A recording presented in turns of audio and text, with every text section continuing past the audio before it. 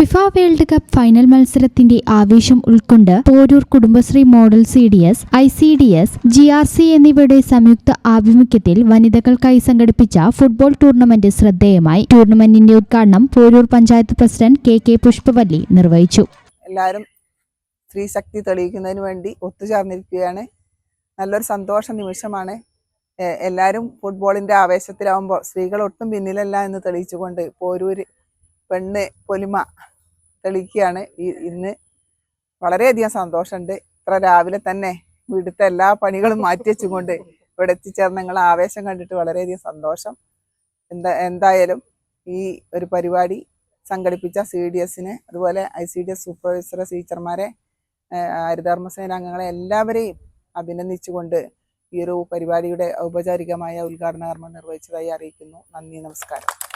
CDS chairperson PK Bhagyalakshmi അധ്യക്ഷത വഹിച്ചു. വനിതകളുടെ കായികശേഷിയും കൂട്ടായ്മയും ഉയർത്തിക്കാട്ടുന്ന മത്സരങ്ങളാണ് ടൂർണമെന്റിൽ അരങ്ങേറിയത്.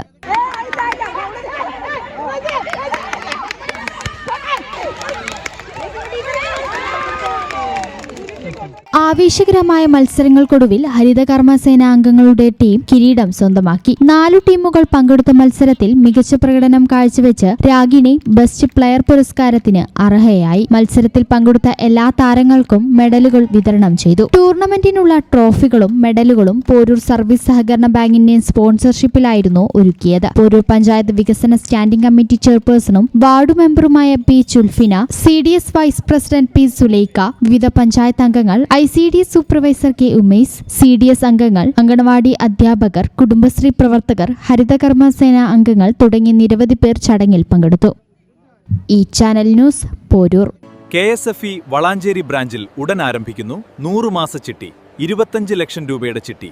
വീട് പണിയാൻ, ബിസിനസിന് എല്ലാത്തിനും അനുയോജ്യം. വളാഞ്ചേരി ബ്രാഞ്ചുമായി ഉടൻ ബന്ധപ്പെടുക.